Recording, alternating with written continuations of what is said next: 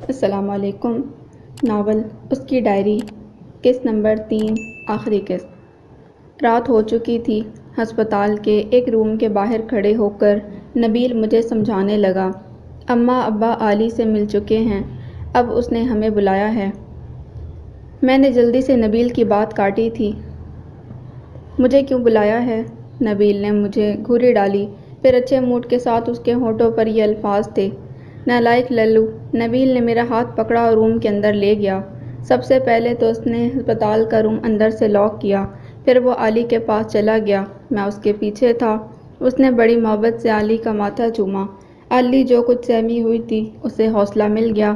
پھر اس نے علی کے ہاتھ پر بڑی احتیاط کے ساتھ اپنا ہاتھ رکھا۔ علی کی ہتھیلی کی پچھلی طرف ڈرپ کی سوئی لگی تھی۔ نبیل علی کے پاس بینچ پر بیٹھ گیا۔ تم اپنے دل کی بات صرف ایک بار مجھے بتا دیتی، نبیل نے شکایتی انداز میں کہا۔ علی کے چہرے کی رنگت اڑ گئی۔ وہ جو نبیل کی طرف دیکھ رہی تھی، اس نے دوسری طرف منہ پھیر لیا۔ چند منٹ ہسپتال کے روم میں سناٹا رہا، پھر نبیل نے بڑی محبت کے ساتھ علی کا چہرہ ہماری طرف کیا۔ علی کی آنکھوں میں آنسو تھے۔ اب کیوں رو رہی ہو؟ نبیل علی کے آنسو دیکھ کر تڑپ اٹھا تھا۔ نبیل کے بھی آنسو نکل آئے۔ علی کی تو سمجھ آتی ہے کہ اس کی برات نہیں آئی، یہ نبیل کیوں رو رہا ہے؟ اس وقت میرے ذہن میں یہ خیال آیا۔ اس سے پہلے کہ مجھے اور خیال آتے، علی نے درد میں ڈوبی آواز میں کہا، سوری بھائی۔ علی کے یہ بولنے کی دیر تھی۔ نبیل اٹھ کر لیٹی ہوئی علی کے گلے لگ گیا۔ دونوں بہن بھائی پھر سے رونا شروع ہو گئے۔ کتنا رو گے تم دونوں، بس بھی کرو۔ مجھے دوسرا خیال آ گیا۔ چند لمحوں بعد نبیل اٹھا۔ پہلے اس نے ٹشو پیپر سے علی کے آنسو صاف کیے، پھر اپنے آنسو صاف کرتا میری طرف آیا۔ میں کھڑا ہی تھا۔ نبیل نے میرے کندھے پر بڑے مان کے ساتھ ہاتھ رکھا اور پوچھنے لگا، تمہیں ابھی تک چوتھی محبت تو نہیں ہوئی ہوگی؟ میں نبیل کی بات سن کر شرمندہ ہو گیا، کیونکہ اس نے یہ سوال علی کے سامنے ہی پوچھ لیا تھا۔ میں نے چور نگاہوں سے علی کی طرف دیکھا اور زیر لب وہ مسکرا رہی تھی۔ ادھر مت دیکھو اور میرے سوال کا جواب دو، نبیل نے روکھے لہجے میں کہا۔ میں اس کے سوال کا کیا جواب دیتا؟ نفی میں گردن ہلا دی۔ اگر تم علی سے شادی کرنا چاہتے ہو تو بی بی جی کے ساتھ اپنے امی ابو کو رشتہ مانگنے کے لیے ہمارے گھر بھیجو، نبیل نے دو ٹوک انداز میں کہا تھا۔ مجھے کچھ سمجھ نہیں آ رہی تھی کہ میں اس وقت کیا کہوں۔ میں پریشان تھا۔ میں نے ایک بار پھر سے علی کی طرف دیکھا، جو ہم دونوں کی ہی طرف دیکھ رہی تھی۔ علی نے لمحہ بھر میری آنکھوں میں دیکھا، پھر مسکراتے نظریں جھکا لیں۔ میری نظریں تو اس وقت اپنے لکھے ہوئے مسودے پر تھیں، پر مجھے دکھائی علی ہی دے رہی تھی۔ میں نے پیچھے لکھا کہ آج بھی بسمہ کے ہاتھ کا لمس اپنے ہاتھ پر محسوس کرتا ہوں۔ میں اس سے بھی عجیب بات کرنے لگا، میں آج بھی ہسپتال کے بستر پر پڑی ہوئی علی کی نظروں کا سحر اپنے سارے وجود پر محسوس کرتا ہوں۔ بہت رات ہو گئی ہے، چلیں اب سو جائیں۔ میرے کندھے پر میری بیگم کا ہاتھ تھا۔ میں نے پلٹ کر دیکھا، ثانی کھڑی ہوئی تھی۔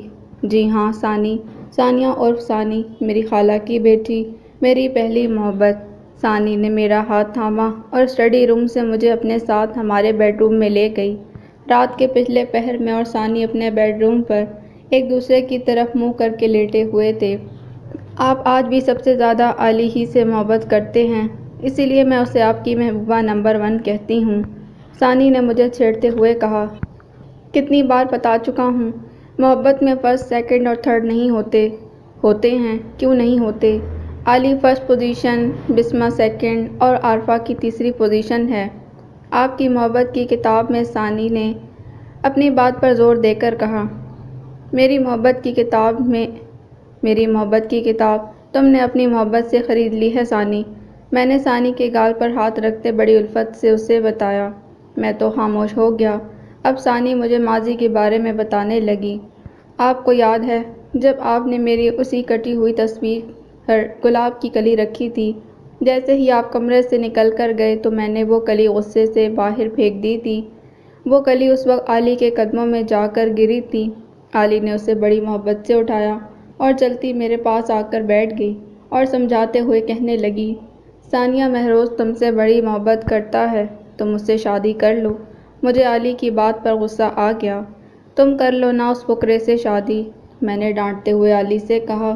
علی میری ڈانٹ کے باوجود بھی ہلکا سا مسکرائی، پھر کہنے لگی، ثانیہ تمہیں مہروز کی محبت نظر نہیں آتی اور اسے میری، وہ تمہیں بچپن سے چاہتا ہے اور میں اسے۔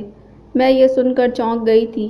میں نے حیرت کے عالم میں علی سے پوچھا، تمہیں مہروز نے بتایا ہے یہ سب یا تم نے خود پوچھا ہے؟ میں تو اسے اپنی محبت کے بارے میں بتا نہیں سکی جی، اسے کیا پوچھوں گی؟ علی نے ہار مانتے اقرار کیا۔ پھر تم سب یہ کیسے جانتی ہو؟ میرا علی سے اگلا سوال یہ تھا۔ مہروز اور بھائی روز رات کو اپنے اپنے قصے ایک دوسرے کو سناتے ہیں۔ میں سیڑھیوں پر بیٹھ کر ان دونوں کی باتیں سنتی رہتی ہوں۔ میں نے آج تک مہروز کی زبان سے کسی دوسری لڑکی کا نام نہیں سنا۔ مجھے نہ مہروز میں انٹرسٹ ہے نہ ہی اس کی محبت میں۔ تمہارے پاس موقع اچھا ہے، جاؤ جا کے اپنے دل کی بات اس سے بول دو۔ یہ سن کر علی کا چہرہ اتر گیا تھا۔ وہ بڑی عاجزی سے کہنے لگی، پلیز ثانیہ مان جاؤ۔ کیسے مان جاؤں؟ امتیاز کا اپنا بنگلہ ہے، گاڑی ہے، مہروز کے پاس کیا ہے؟ شوہر برا ہو تو گاڑی بنگلے کا کیا کرنا؟ تم لے لو یہ اچھا شوہر۔ میں نے علی پر بھڑکتے اسے کہا۔ وہ اداس سی ہو گئی، جیسے میں نے اس کا دل توڑ دیا ہو۔ وہ کمرے سے جانے لگی تو میں نے اسے آواز دی، علی ایک بات پوچھوں؟ علی نے مجھے آنکھوں سے بولنے کا اشارہ کیا۔ تم نے آج تک مہروز سے اپنے دل کی بات کیوں نہیں کی؟ اس لیے کہ اس کے دل میں بچپن سے تم ہو۔ مجھے پتا تھا کہ وہ آج تمہیں گلاب کی کلی دے کر اپنی محبت کا ایک بار پھر اظہار کرے گا۔ میں نے اپنے لیے ہی یہ گلاب کی کلی منگوائی تھی، اس نے مجھ سے چھین کر تمہیں دے دی اور تم نے اسے پھینک دیا۔ اب یہ کلی اسے دے دو، وہ سمجھ جائے گا۔ میں نے علی کو مشورہ دیا۔ وہ ہلکا سا مسکرائی، پھر کہنے لگی، پھینکی ہوئی کلی اسے دوں؟ اس وقت علی کے سوال نے مجھے لاجواب کر دیا۔ میں نے جلدی سے بات بدلی، تم ایسے کرو، ابھی اسے جا کر اپنے دل کا حال سنا دو۔ میں نے علی کو مشورہ دیا تھا۔ وہ کہنے لگی، وہ تمہاری محبت میں بہرا ہو چکا ہے، اندھا تو نہیں ہوا ابھی۔ علی یہ سن کر تڑپ اٹھی۔ اس کے منہ سے بے اختیار نکلا، اللہ نہ کرے۔ تم ایسے کرو، اسے خط لکھو۔ یہ سننے کے بعد علی سوچ میں پڑ گئی، پھر تمہارے کمرے میں ادھر ادھر دیکھنے لگی جیسے کچھ تلاش کر رہی ہو۔ آخر میں اس نے تمہاری الماری کھولی جس میں 2 نئی ڈائریاں پڑی ہوئی تھیں۔ وہ انہیں نکال لائی اور میرے سامنے تمہارے بستر پر بیٹھتی ایک ڈائری میں سے 20 دسمبر والا پیج نکال لیا۔ 20 دسمبر والا پیج کیوں نکالا؟ میں نے فٹ سے پوچھا۔ اس پر خط لکھوں گی۔ مجھے علی کی بات سے حیرانی ہوئی۔ مطلب لو لیٹر؟ علی نے معصومیت سے گردن کو ہاں میں ہلایا۔ اس پر کیوں؟ میں اور مہروز 20 دسمبر کو ہی پیدا ہوئے، 1 سال کے وقفے سے۔ مہروز کو پتہ ہے یہ بات؟ میں نے فوراً پوچھا۔ علی نے ناں میں گردن ہلائی۔ نبیل بھائی کو پتہ ہے۔ علی نے وہ ڈائری کا کاغذ فولڈ کیا، گلاب کی کلی تھامی اور کمرے سے چلی گئی۔ ثانی خاموش ہوئی تو میں نے جلدی سے پوچھا، یہ بھی لکھ دوں؟ پتہ نہیں کیا کیا لکھتے جا رہے ہو، ثانی نے ترش لہجے میں کہا اور منہ دوسری طرف پھیر لیا۔ اگلی رات میں پھر سے اپنا مسودہ لے کر بیٹھ گیا۔ میں اسپتال سے گھر کی طرف جا رہا تھا تو سارے علاقے میں یہ خبر پھیل چکی تھی کہ خلیل کے سالے ظفرو نے علی کا رشتہ توڑوانے کے لیے انور کو دوبارہ فون کیا اور پھر اسے خط بھی لکھا، اور اس کام میں اس کی بہن صغرا نے اس کا ساتھ دیا تھا۔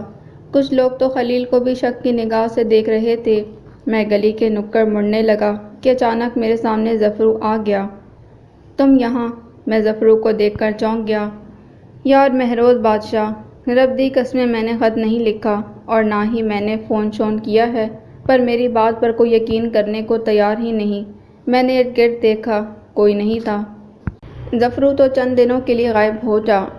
نبیل کا دماغ گھما ہوا ہے، اس کے سامنے تو بھول کر بھی مت جانا، نہیں تو اس نے تجھے اڑا دینا ہے۔ گلی کی دوسری طرف سے چند لوگوں کے آنے کی آوازیں آ رہی تھیں۔ میرا دھیان اس طرف گیا، واپس دیکھا تو ظفرو سچ میں ہی غائب ہو چکا تھا۔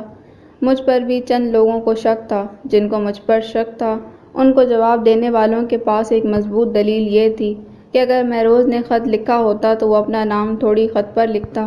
جتنے منہ اتنی باتیں، سب نے اپنے اپنے ظرف کے مطابق بات کی تھی۔ چند دنوں بعد علی اسپتال سے گھر شفٹ ہو گئی۔ علی کے اسپتال سے آنے کے بعد ہم پہلی دفعہ چھت پر بیٹھے تھے۔ تھوڑی دیر خاموشی کے بعد نبیل ہی نے بات شروع کی، مہروز تم نے اپنے گھر والوں سے بات کی، نانی سے بات کی؟ تو کیا کہا انہوں نے؟ نبیل نے جلدی سے پوچھا۔ نانی تو بہت خوش ہوئی تھیں یہ سننے کے بعد، وہ آج کل میں ابو سے بات کریں گی۔ تم نے میرا ذکر تو نہیں کیا؟ نبیل نے فکر مندی کے ساتھ پوچھا۔ وہ تو امی ابو سے میرا ذکر بھی نہیں کریں گی، بس ان کی ایک فکر تھی کہ تمہارے گھر والے نہیں مانیں گے۔ میرے گھر والوں کی فکر نہ کرو، انہیں میں منا لوں گا۔ ویسے تم نے بیوی جی سے بات کیا کی؟ نبیل نے ایسے پوچھا جیسے واقعی ہی میں نالائق آدمی ہوں۔ اتنے سالوں کی دوستی میں آج پہلی بار ہم دونوں ایک دوسرے سے نظریں نہیں ملا پا رہے تھے۔ اس دن ہمارے لیے چھت پر کوئی دودھ لے کر نہیں آیا۔ ابھی میں یہ سوچ رہا تھا کہ میری چھوٹی بہن سعدیہ ٹرے میں دودھ کے پیالہ رکھے چھت پر آئی۔ اس نے آتے ہی کہہ دیا، میں علی باجی کا پتہ کرنے گئی تھی تو انہوں نے کہا کہ میں آپ دونوں کو دودھ دے آؤں۔ نبیل نے دودھ کا پیالہ اٹھا کر میری بہن کے سر پر پیار دیا۔ اس نے میری بہن کو عزت دی تھی اور میں شرم سے پانی پانی ہو گیا۔ سعدیہ وہاں سے چلی گئی۔ میں نظریں جھکائے بیٹھا ہوا تھا۔ ہم کب تک ایک دوسرے سے نظریں چراتے رہیں گے؟ میں جانتا ہوں اس میں تمہارا کوئی قصور نہیں۔ نبیل نے میرے کندھے پر ہاتھ رکھتے ہوئے مجھے اپنی عدالت سے باعزت بری کر دیا، مگر میں اپنے ضمیر کی عدالت میں مجرم بنا بیٹھا تھا۔ مجھے بتاؤ نبیل، پھر کون ہے قصوروار؟ میں نے اپنی ڈائری دیکھی ہے، اس میں 20 دسمبر کا پیج لگا ہوا ہے۔ کبھی مجھے عارفہ پر شک ہونے لگتا ہے اور کبھی بسمہ پر۔ ثانیہ تو گنہگار ہے ہی، میں نے جذباتی ہو کر کہا تھا۔ نبیل نے ٹھنڈی سانس بھری اور کہنے لگا، دودھ پیو، ٹھنڈا ہو رہا ہے۔ تم نے اس دن کہا تھا کہ تمہیں سمجھ آ گئی ہے، مجھے بھی بتاؤ تم کیا سمجھے ہو؟ میں نے تلخی سے پوچھا۔ نبیل نے میرے سوال کا جواب دینے کے بجائے دودھ پینے کو ترجیح دی۔ دودھ ختم کرنے کے بعد اس نے اپنا پیالہ رکھا اور اپنی سنا دی، اپنے گھر والوں کو جلدی بھیجو رشتے کے لیے۔ نبیل یہ بول کر چھت سے نیچے چلا گیا۔ میں اپنے کمرے میں پہنچا تو نانی میرے انتظار میں بیٹھی ہوئی تھیں۔ مجھے دیکھا تو بیٹھنے کا اشارہ کیا۔ میں بیٹھ گیا تو کہنے لگیں، تم علی سے کیوں شادی کرنا چاہتے ہو؟ کیونکہ میری وجہ سے وہ بدنام ہوئی ہے۔ بدنام تو وہ محبت کی وجہ سے ہوئی ہے۔ نانی نے مجھ پر جانچتی نگاہ ڈالتے اپنی رائے دی۔ کس محبت کی بات کر رہی ہیں نانی؟ جو مجھے 3 بار ہوئی تھی، میں تو بدنام نہیں ہوا۔ مرد محبت کرے یا نفرت، وہ باعزت ہی رہتا ہے۔ عورت نفرت کر کے بھی بدنام اور محبت کر کے بھی بدنام۔ تم صرف یہ بتاؤ اس سے شادی کیوں کرنا چاہتے ہو؟ میرے پاس نانی کے سیدھے سوال کا کوئی جواب نہیں تھا۔ میں نے نانی کو یہ جواب دیا، اب کسی نہ کسی سے تو شادی کرنی ہی تھی۔ جو تمہارے حصے کی گولیاں اپنے جسم پر کھائے وہ کسی کی نہیں اپنی ہوتی ہے۔ وہ تو تم سے محبت کرتی ہے، تم اپنی بتاؤ۔ میرے دل میں علی کے لیے عزت بہت زیادہ تھی، مگر میں محبت کا اقرار نہیں کر پا رہا تھا۔ مجھے نہیں پتا میں کیوں علی سے شادی کرنا چاہتا ہوں، بس آپ میری اس سے شادی کروا دیں۔ نانی کچھ غور و فکر کرنے لگیں۔ یہ صرف تمہاری خواہش ہے یا علی کے گھر میں بھی کوئی چاہتا ہے؟ نبیل بھی یہ چاہتا ہے۔ نبیل سے وعدے کے باوجود میرے منہ سے اس کا نام نکل گیا۔ نانی کے ہونٹوں پر ہلکی سی مسکراہٹ بکھر گئی۔ انشاءاللہ پھر یہ رشتہ ہو جائے گا۔ تمہاری تسلی کے لیے بتا دیتی ہوں، تمہارے ماں باپ کو بھی میں نے راضی کر لیا ہے۔ تمہارا دوست سیانہ نکلا، بہن کی غلطی کو گناہ نہیں بننے دیا اس نے۔ نانی، اس میں علی کی تو کوئی غلطی نہیں، میں نے علی کی طرف سے خود ہی صفائی دے ڈالی۔ نانی نے مجھے غور سے دیکھا، پھر گویا ہوئیں، کبھی کبھی تو تم بھی بڑی سیانی بات کرتے ہو۔ پتہ نہیں نانی نے میری تعریف کی تھی یا طنز۔ 2 دن بعد میرے گھر والے علی کے گھر پہنچ گئے۔ نبیل نے اپنے گھر والوں کا ذہن پہلے سے بنا رکھا تھا۔ اوپر سے سونے پر سہاگا یہ ہوا کہ نانی نے ہی بات کی تھی۔ نبیل کے ابا کو ذات برادری کے تحفظات تھے، جن کو نانی اور نبیل نے مل کر دور کر دیا۔ اس طرح میرا علی کے ساتھ رمضان کے مبارک مہینے میں بروز اتوار 20 دسمبر 1998 کو افطاری کے بعد انتہائی سادگی کے ساتھ نکاح ہو گیا۔ ایک بات کا مجھے آج تک افسوس ہے کہ خلیل بھائی اپنی بہن کے نکاح میں شرکت نہ کر سکے تھے۔ خلیل بھائی تھوڑے بے وقوف ضرور تھے، مگر دل کے اچھے تھے۔ اس وقت نبیل کے ابا خلیل اور اس کے سسرال والوں کی شکل دیکھنے کو بھی تیار نہ تھے۔ محبت کے سر پر اگر عزت کی چادر نہ ہو تو وہ محبت بیوہ ہو جاتی ہے، اور میں اپنی محبت کو بیوہ نہیں بنانا چاہتا تھا۔ آج علی سے اپنے نکاح کے بعد میں نے خود سے علی کی محبت کا اقرار کیا تھا۔ جس دن عارفہ کا تنویر سے نکاح ہوا تھا، میں نے اس دن شادی سے پہلے محبت سے توبہ کر لی تھی۔ اس دن خود سے عہد کیا کہ اب میں اپنی بیوی سے ہی محبت کروں گا۔ علی کی محبت دیکھ کر میں سچ میں کمزور بھی پڑا تھا، مگر میں نے خود کو سنبھال لیا۔ ایسا بھی نہیں کہ مجھے کچھ سمجھ نہیں آ رہی تھی کہ یہ سب کیسے ہوا۔ میں خود ہی انجان بنا رہا۔ میں نے کہا نا، محبت کے سر پر اگر عزت کی چادر نہ ہو تو محبت بیوہ ہو جاتی ہے۔ میں بھی نبیل کی طرح علی کی عزت بچانے میں لگا رہا۔ ہمارے طریقوں میں فرق ضرور تھا۔ میں تقریباً سچ جانتا ہوں، پھر بھی کچھ سوالوں کے جواب صرف علی کے پاس تھے۔ وہ شرمندہ نہ ہو اس لیے میں اس سے کبھی نہیں پوچھوں گا۔ ان سوالوں کے جواب میں چھت پر بیٹھا خود ہی سے ہم کلام تھا۔ حیرت کی بات ہے نا، اپنی شادی والی رات بھی میں چھت پر گیا تھا۔ نبیل بھی اوپر آ گیا۔ جیسے ہی میں نے اسے دیکھا، میں جلدی سے کھڑا ہو گیا اور نیچے جانے لگا۔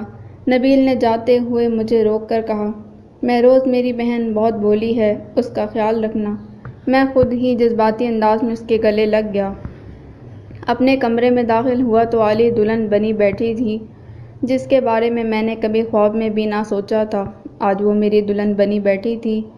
میں بھی علی کے پاس بیٹھ گیا۔ وہ سمٹ گئی۔ ہم دونوں ہی گونگے بنے بیٹھے تھے۔ تھوڑی دیر بعد میں نے اس کے بازو پر جہاں گولی لگی تھی بڑے پیار سے ہاتھ رکھ کر پوچھا، اب تمہارے زخم کیسے ہیں؟ اب ٹھیک ہو جائیں گے جی۔ تم سامنے کیوں آئی تھی؟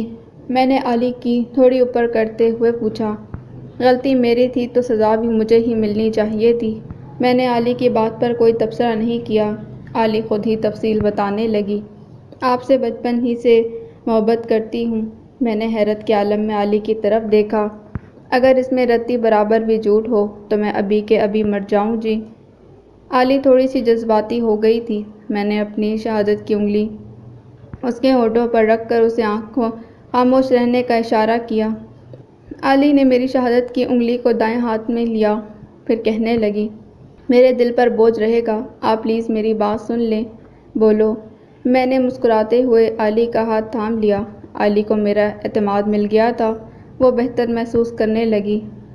میں نے 2 ڈائریوں میں سے صرف ایک کاغذ نکالا تھا آپ کو خط لکھنے کے لیے۔ ابھی میں آپ کو خط لکھنے کا سوچ رہی تھی کہ آپ نے بھائی کو بسمہ کے قصے سنانا شروع کر دیے۔ بسمہ کے نکاح کے بعد میں نے ایک بار پھر آپ سے رجوع کرنا چاہا۔ تب تک آپ کے اور عارفہ کے نکاح کی باتیں شروع ہو گئیں۔ پھر میری شادی کی بھی تاریخ رکھی گئی تھی۔ جیسے جیسے میری شادی کے دن قریب آ رہے تھے، میرا دل ڈوبے جا رہا تھا۔ پھر ایک دن ثانیہ کا فون آ گیا۔ ثانیہ سے میری ہائی ہیلو تھی۔ اس نے مجھ سے ایسے ہی پوچھ لیا میری شادی کے بارے میں۔ بس پھر کیا تھا، میں نے اسے اپنے دل کا حال سنا دیا۔ آخر میں ثانیہ نے مجھ سے پوچھا، تم مہروز سے شادی کرنا چاہتی ہو؟ میں نے فوراً ہاں کر دی۔ ثانیہ کہنے لگی، بدنامی ہوگی۔ میں نے کہا پرواہ نہیں، پھر جیسے میں کہتی ہوں ویسے کرتی جاؤ۔ سب سے پہلے ثانیہ نے مجھ سے تنویر کی دکان کا ٹیلی فون نمبر مانگا، وہ میں نے اسے دیا۔ ثانیہ نے تنویر کو عارفہ کے ساتھ شادی پر اکسایا۔ اس کے بعد ثانیہ نے مجھے کہا کہ میں کہیں سے انور کی دودھ دہی کی دکان کا ٹیلی فون نمبر ڈھونڈ کر اسے دوں۔ میں نے انور کا نمبر بھی اسے دے دیا۔ ثانیہ نے مہروز بن کر انور کو فون کیا اور میری طرف سے اس کا دل کھٹا کرنے کی پوری کوشش کی، مگر انور کو یقین نہ آیا۔ ایک دن ثانیہ نے مجھے فون کیا اور پوچھنے لگی، تمہارے پاس مہروز کی ڈائری کا ایک کاغذ تھا؟ ہاں، میں نے رکھا ہوا ہے سنبھال کر۔ میں نے اسے بتایا۔ وہ تم مجھے TCS کروا دو۔ تم اس کا کیا کرو گی؟ میں نے پریشان ہو کر پوچھا۔ اس ڈائری کے کاغذ پر خط لکھ کر انور کے گھر والوں کو بھیجوں گی۔ وہ کیوں؟ عام کاغذ پر لکھ کر بھیجوں گی تو مہروز تو آرام سے نکل سکتا ہے، تو مہروز کو نکلنے دو نا۔ میں تمہاری شادی انور سے توڑ کر مہروز سے کروانا چاہتی ہوں۔ اگر مہروز شک کے دائرے سے نکل گیا پھر تمہاری شادی کسی اور سے ہو جائے گی، اس لیے وہ ڈائری کا کاغذ ضروری ہے۔ اس طرح تو مہروز بھی بدنام ہو جائے گا۔ میں نے فکر مندی سے کہا تھا۔ نہیں ہوگا، ثانیہ نے یقین سے کہا۔ وہ کیسے؟ صرف میں، تم اور مہروز جانتے ہیں کہ وہ کاغذ اس کی ڈائری کا ہے۔ نبیل بھائی کو بھی پتہ ہوگا۔ مہروز اپنی ہر بات نبیل بھائی سے کرتے ہیں۔ میں نے جلدی سے ثانیہ کو بتایا۔ واؤ، پھر تو یہ اور بھی آسان ہو جائے گا۔ میں نے وہ ڈائری کا کاغذ ثانیہ کو TCS کروا دیا۔ 3 دن بعد اسی ڈائری کے کاغذ پر ثانیہ کے ہاتھ سے لکھا مجھے خط مل گیا جو میں نے انور کے گھر کے ایڈریس پر TCS کروایا تھا۔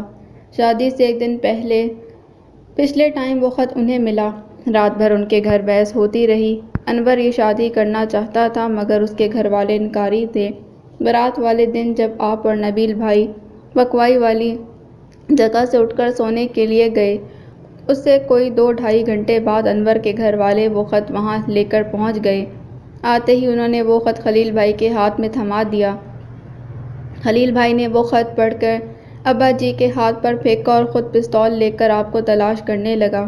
کسی نے اسے بتایا کہ آپ دونوں یہاں سوئے ہوئے ہیں تو خلیل بھائی یہاں آ گیا۔ جہاں یہ خبر مجھے ملی تو میں بھاگ کر وہاں پہنچ گئی۔ عالی خاموش ہو گئی تھی۔ اس کی آنکھوں میں اشکوں کی چمک تھی۔ اس سے پہلے کہ وہ چمک ٹپک پڑتی میں نے عالی کو سینے سے لگا لیا۔ سوری، میری وجہ سے آپ کو تکلیف ہوئی۔ ان غم کے اشکوں نے خوشی کی شکل اختیار کر لی۔ عالی اور میں ایک دوسرے کو پا کر بہت خوش تھے۔ مجھے سب سوالوں کے جواب مل گئے تھے سوائے 2 کے۔ رات کے پچھلے پہر جب عالی میرے پہلو میں لیٹی ہوئی تھی تو میں نے اس سے پوچھا، تم نے میٹرک کے بعد کالج میں داخلہ کیوں نہیں لیا؟ بھائی صغرا اور خلیل بھائی کو بہت اعتراض تھا۔ اس بات کو لے کر خلیل بھائی اور نبیل بھائی میں جھگڑا ہو گیا۔ نبیل بھائی میری پڑھائی کے حق میں تھے۔ وہ جھگڑا ہی ہمارے گھر کے بٹوارے کا سبب بنا۔ خلیل بھائی نے گھر اور دکان میں سے ایک چیز کا مطالبہ کر دیا۔ ابا جی خلیل بھائی کو کچھ بھی نہیں دینا چاہتے تھے۔ پھر نبیل بھائی کے مجبور کرنے پر دکان خلیل بھائی کو دینے پر راضی ہو گئے۔ ابا جی یہ چاہتے تھے کہ نبیل بھائی اپنا خاندانی کام ہی کریں مگر نبیل بھائی نے اسپیئر پارٹس کا کاروبار کر لیا۔ تمہاری تعلیم کو لے کر گھر کا بٹوارا تو ہو ہی گیا تھا، پھر کیوں نہیں تم نے کالج میں داخلہ لیا؟ بھابھی صغرا نے گھر سے جاتے امی کو طعنہ دیا کہ عالی کالج جا کر ضرور چند چڑھائے گی۔ وہ بات میں نے سن لی، اس لیے میں کالج ہی نہیں گئی۔ چند تو تم نے اب بھی چڑھا دیا ہے۔ میرے منہ سے لاشعوری طور پر نکل گیا۔ عالی جو میرے پہلو میں لیٹی ہوئی تھی وہ شرمندہ سی ہو گئی۔ وہ مجھ سے خفا ہونے کی بجائے مجھ سے ہی لپٹ گئی اور اپنا منہ میرے بازو میں دے دیا۔ چند منٹ اسی طرح گزر گئے۔ عالی مجھ سے لپٹی رہی۔ اس کی گرفت میں اپنائیت تو تھی، میں پھر بھی پریشان تھا۔ میں سوچ ہی رہا تھا کہ عالی سے کیا بات کروں۔ وہ خود ہی میرے بازو سے سر نکال کر مجھے کہنے لگی، آپ میرا لباس ہو جی اور میں آپ کا۔ میری غلطی کو صرف 3 لوگ جانتے ہیں، میری سہیلی، میرا بھائی اور میرا لباس۔ بھائی اور سہیلی نے تو اپنا حق ادا کر دیا، اب آپ کی باری ہے۔ عالی نے میرے چھکے چھڑا دیے۔ ایسا لاجواب مجھے زندگی میں کسی نے نہیں کیا تھا۔ میں نے اپنی شرمندگی کو چھپانے کے لیے جلدی سے بات بدلی۔ مجھے خط لکھنے کے لیے میری ڈائری میں سے ہی کاغذ کیوں نکالا؟ اس لیے کہ میں ڈائری نہیں لکھتی اور مجھے 20 دسمبر والا پیج ہی چاہیے تھا خط لکھنے کے لیے۔ عالی کے چہرے پر ایک دم خوشی لوٹ آئی۔ وہ کیوں؟ میں نے مسکراتے ہوئے پوچھا۔ آپ کی ڈیٹ آف برتھ ہے 20 دسمبر اور میری 20 دسمبر۔ مجھے لگتا تھا یہ دن ہم دونوں کے لیے لکی ثابت ہوگا، اس لیے نبیل بھائی سے بول کر نکاح کی تاریخ بھی 20 دسمبر رکھوائی تھی۔ عالی 15-16 سالہ لڑکی کی طرح ری ایکٹ کر رہی تھی جس کا بچپنا بھی باقی ہو۔ میری وال کلاک کی طرف نظر پڑی۔ اٹھو جلدی کرو، سحری کا ٹائم ہونے والا ہے۔ رمضان ہنسی خوشی گزر گیا۔ عید آ گئی۔ عید سے 4 دن بعد ثانیہ کی شادی امتیاز سے ہونی تھی۔ ہمارے سارے گھر والے ثانیہ کی شادی پر جا رہے تھے سوائے میرے۔ عالی مجھے بھی ساتھ لے جانا چاہتی تھی پر میں تیار نہیں تھا۔ چلیں نا، آپ اکیلے گھر پر رہ کر کیا کریں گے؟ عالی نے ضد کرتے ہوئے کہا۔ میں تمہیں یاد کروں گا۔ میں نے بات ٹالنے کی کوشش کی۔ لگتا ہے آپ میرے ساتھ خوش نہیں ہیں جی؟ عالی نے برا سا منہ بنا کر پوچھا۔ یہ تم سے کس نے کہا؟ مجھے لگتا ہے اگر آپ میرے ساتھ خوش ہوتے تو ثانیہ کو اب تک بھول چکے ہوتے۔ میں تو بھولنے کی کوشش کر رہا ہوں مگر تم ہو کہ یاد دلانے پر تلی ہوئی ہو۔ میں نے خائف ہو کر عالی کو جواب دیا۔ عالی معصومیت سے بیڈ پر بیٹھی مجھے ٹکٹکی لگائے دیکھ رہی تھی۔ مجھے اس پر پیار آ گیا۔ دیکھو عالی، میں تمہارے ساتھ بہت خوش ہوں۔ میں بھی آپ کے ساتھ بہت خوش ہوں۔ میں تو آپ کا امتحان لے رہی تھی کہ اب آپ کے دل میں میرے علاوہ تو کوئی نہیں۔ مبارک ہو، آپ امتحان میں پاس ہو گئی۔ عالی یہ بول کر بیڈ سے اٹھ گئی۔ اور وہاں سے جانے لگی۔ میں نے اس کی کلائی پکڑی اور سنجیدگی سے پوچھا، اگر میں امتحان میں فیل ہو جاتا تو؟ علی کے پاس میرے سوالوں کا جواب نہیں تھا۔ اس نے گردن جھکا لی۔ میری طرف دیکھو، یہ سچ ہے کہ میں نے ثانیہ، بسمہ اور عارفہ کو دل سے چاہا تھا۔ اب میری چاہت میں سب کچھ تم ہو۔ علی نے میری بات غور سے سنی، پھر بھولی صورت بنا کر کہنے لگی، سوری جی۔ سب گھر والے ملتان چلے گئے، میں گھر پر اکیلا تھا۔ ہال روڈ سے گھر آ کر کوئی کام نہ ہوتا تھا۔ چھت پر بھی ایسا مزہ نہیں رہا تھا۔ پہلے نبیل سے کبوتروں کے علاوہ ثانیہ، بسمہ اور عارفہ کے متعلق بات کر لیتا تھا۔ اب وہ بھی نہیں کر سکتا، اور نہ ہی علی کے قصے نبیل کو سنا سکتا تھا۔ کہیں نہ کہیں وہ نیا رشتہ ہماری پرانی دوستی کو کھا گیا۔ نبیل بھی مجھ سے محتاط رہ کر بات کرتا۔ آفٹر آل میں اس کا بہنوئی بن گیا تھا۔ وہ جو بات بات پر مجھے نالائق للو کہا کرتا تھا، علی سے نکاح کے بعد اس نے یہ کہنا بھی چھوڑ دیا۔ نبیل کبوتروں کے کھڈے کے سامنے کھڑا اپنے خیالوں میں کھویا ہوا تھا۔ میں اس کے پیچھے کھڑا ہوا ماضی کو یاد کر رہا تھا۔ مجھ سے ناراض ہو نبیل؟ نبیل نے پلٹ کر میری طرف دیکھا اور ہلکا سا مسکراتے کہنے لگا، نہیں تو ناراض لگ رہا ہوں۔ اس نے میری آنکھوں میں خود کو دیکھتے مجھ ہی سے پوچھا، کچھ تو ہے جو تم مجھ سے چھپا رہے ہو؟ میں نے نبیل کے چہرے کا جائزہ لیتے ہوئے کہا، ہاں بہت کچھ ہے۔ نبیل نے میری طرف شرمیلی سی نگاہ ڈالی۔ میں آگے بڑھا اور اسے دونوں کندھوں سے تھام کر گرم جوشی سے کہنے لگا، جو کچھ تمہارے دل میں ہے آج اپنے دوست سے بول دو۔ یار مہروز مردانہ کا رشتہ آیا ہے، نبیل نے مجھے اداسی سے بتایا۔ اس کے گھر والوں نے سوچنے کا وقت مانگا ہے۔ کہاں سے آیا ہے رشتہ؟ جہلم سے، لڑکا قطر میں ہوتا ہے، فرزانہ بتا رہی تھی۔ اس کے گھر والوں نے ذہن بنا لیا ہے۔ ذہن ہی بنایا ہے نا، ہاں تو نہیں کی۔